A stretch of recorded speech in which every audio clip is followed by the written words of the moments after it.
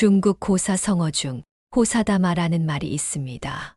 좋은 일이 많을수록 그에 따른 시련이나 어려움도 많아진다는 뜻입니다. 우리는 인생을 살아가며 때때로 겪는 어려움이나 불편함들을 바라보는 태도에 따라 그것이 우리에게 주는 의미는 천차만별로 달라집니다.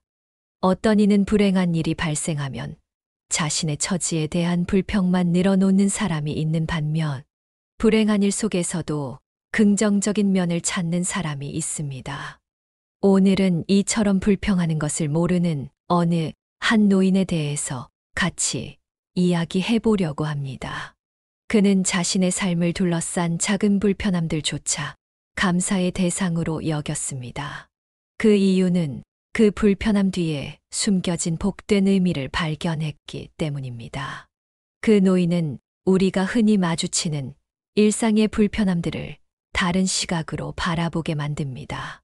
불평과 불만을 넘어서 우리 삶 속의 소소한 것들에 감사할 수 있는 마음을 가질 때 비로소 진정한 행복을 깨닫게 된다고 합니다. 지금부터 어느 한 노인이 불평 없이 살아가는 방식에 대한 자신의 이야기를 들려드리겠습니다. 영상 시작 전 한 번의 클릭으로 격려를 부탁드립니다. 좋아요와 구독은 인생 편지에 큰 힘이 됩니다. 지급해야 할 세금이 있다면 그건 나에게 직장이 있다는 것이고, 파티를 하고 나서 치워야 할 게 너무 많다면 그건 친구들과 잘 지냈다는 것이고, 옷이 몸에 조금 낀다면 그건 잘 먹고 잘 살고 있다는 것이고, 깎아야 할 잔디, 닦아야 할 유리창, 고쳐야 할 하수구가 있다면 그건 나에게 집이 있다는 것이고, 정부에 대한 불평불만의 소리가 많이 들리면 그건 언론의 자유가 있다는 것이고, 주차장 맨 끝 먼 곳에 겨우 자리가 하나 있다면 그건 내가 걸을 수 있는 데다 차도 있다는 것이고, 난방비가 너무 많이 나왔다면 그건 내가 따뜻하게 살고 있다는 것이고, 교회에서 뒷자리 아줌마의 엉터리 성가가 영 거슬린다면 그건 내가 들을 수 있다는 것이고,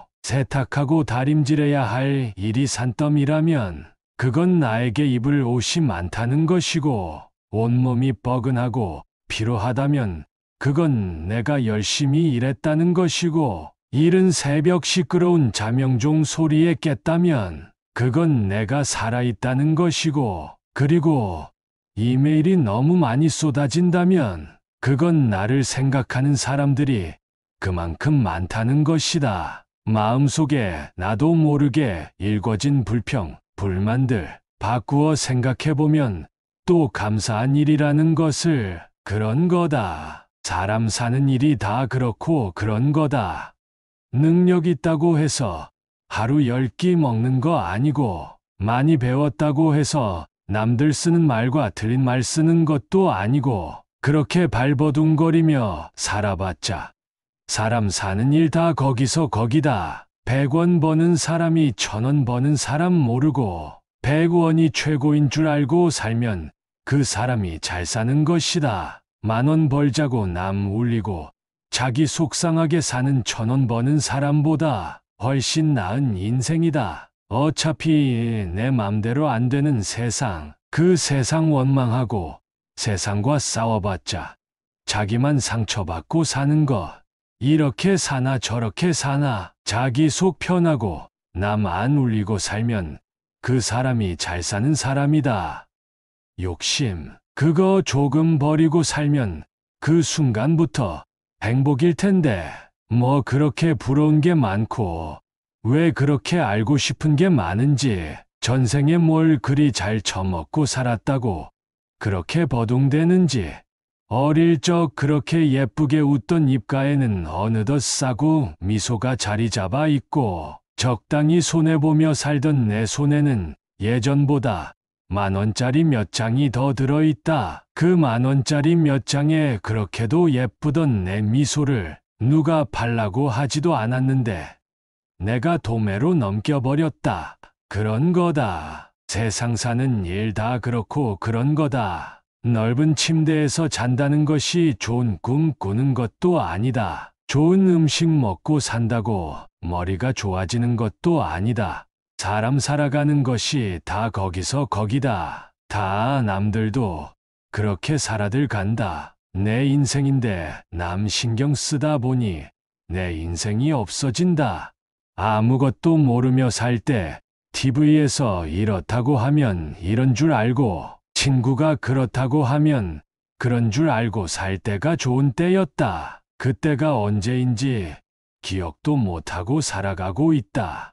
술이 많이 올라야 진심이 찾아온다. 어떻게 살면 잘 사는 건지, 잘 살아가는 사람은 그걸 어디서 배웠는지 안 알려준다. 남의 눈에 눈물 흘리려 하면 내 눈에는 피눈물 난다는 말, 그 말이 정답이다.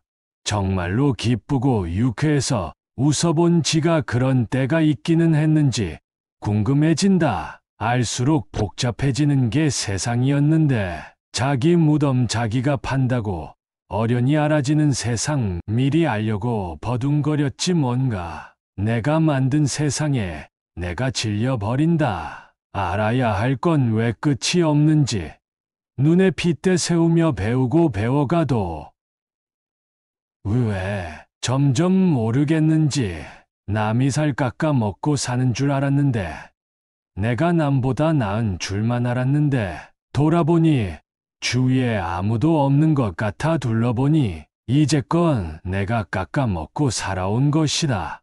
그런 거다. 세상 사는 일 다 그렇고 그런 거다. 망태 할아버지가 뭐 하는 사람인지도 모르고 무작정 무서워하던 그때가 행복하다. 엄마가 밥 먹고 어서 가자 하면 어디인지도 모르면서 물 마른 밥 빨리 삼키던 그때가 그립다.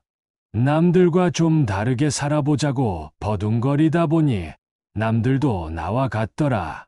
모두가 남들 따라 버둥거리며 지 살 깎아 먹고 살고 있다. 잘 사는 사람 가만히 들여다보니 잘난 데 없이도 잘 산다. 많이 안 배웠어도 자기 할 말 다 하고 산다. 이러고 사는 게 잘 사는 거다. 친애하는 동갑내기 친구들에게 세월이 흘러 우리가 이 나이에 이른 지금, 나는 우리가 함께 걸어온 길을 돌아보며 몇 자 적어보려 한다. 우리가 살아온 세월은 길고도 짧았으며 그 사이 우리는 수많은 변화와 시련, 그리고 기쁨을 함께 겪었다. 우리가 젊은 시절 꿈꾸었던 많은 것들이 현실로 이루어지지 않았을 수도 있지만, 그 과정에서 우리는 무엇이 진정 중요한지를 배웠다. 그것은 바로 우리가 가진 것에 감사하는 마음, 그리고 사랑하는 이들과 함께하는 시간이었다. 이제 우리는 나이가 들어